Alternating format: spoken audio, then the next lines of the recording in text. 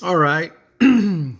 Guys, I really wish I could film some of the stuff I do at night, but filming and working in front of the customer and just a lot of things get pretty hard as far as filming. I am employed by a company, and so anyway, filming is not really something I can do, but I had something I want to share with you guys, which involves this valve right here. You guys might know it. It's a quick release valve, or QR1C. And as you notice, it says exhaust.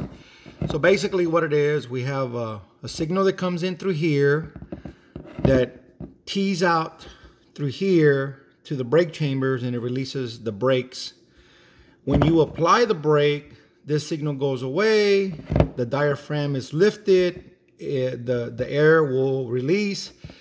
And when you apply the brake, you get air through here, and that air will also assist in lifting that diaphragm a little bit. And but what we had was, we had a situation where when you applied the brake, there's another rubber diaphragm in here that was no good, and so it was crossing over to here, and it was putting a difficult problem on a truck.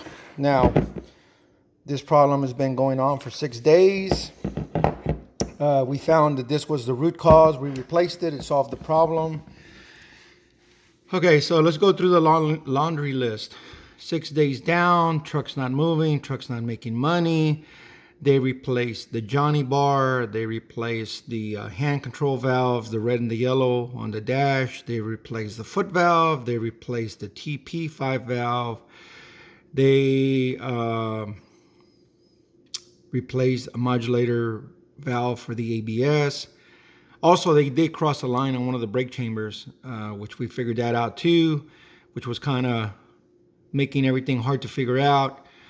And we went ahead and we got there and we started looking at the truck. The purpose of this whole video is this. A lot of guys, when there's a truck that's been down and you see a lot of new parts in it, why does everybody feel that your diagnosis and your repair has to be quicker because there's too much time involved in this truck already? Well, first of all, the problem just got worse because new parts sometimes cover up the original path to the root cause. It kind of fogs things up. So, I really hate that people think that you have to be quicker than the last guy that couldn't fix it, that took longer. If anything, you should be the opposite. You have to be more thorough in your diagnosis. You have to do your research. You have to do your due diligence to confirm that the new parts that were installed are not installed improperly. Case in point, air system, cross line, improper routing, improper location of ports, and that all takes time. So that's what we did the entire night. We just basically were verifying routing, proper connections, confirming new parts were not bad. That has happened where you'll put a part on the truck and you go to something else because it can't be the new part, right?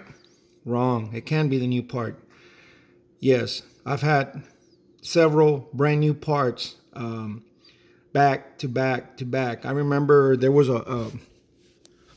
some time back when Caterpillar was having a problem with packaging their ARD heads, and they were getting packaging material in the fuel ports, and they were blocking off the fuel. And I literally went through 5 after treatment regeneration devices back to back to back to back till we finally got a good one. At that point in time, we didn't know why they were failing.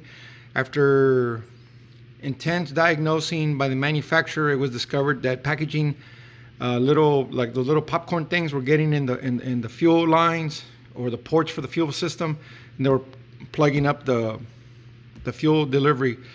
And then they went to that plastic bubble stuff that everybody likes to pop. Anyway, getting back to the story.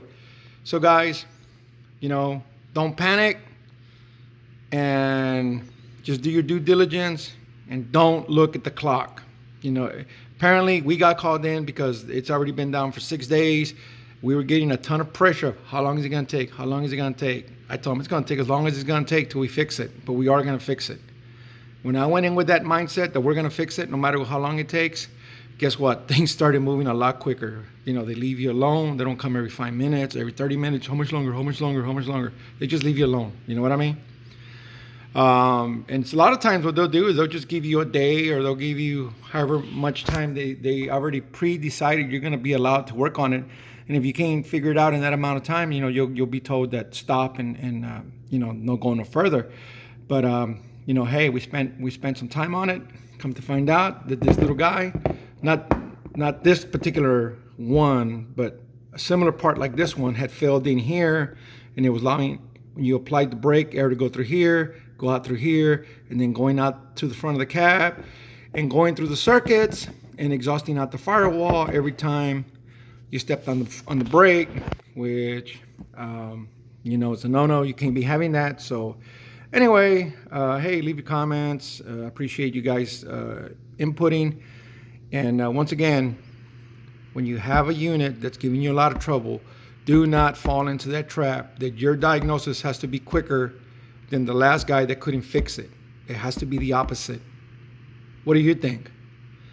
Hey, I appreciate everyone watching, and we'll try to keep them coming. Thanks a lot.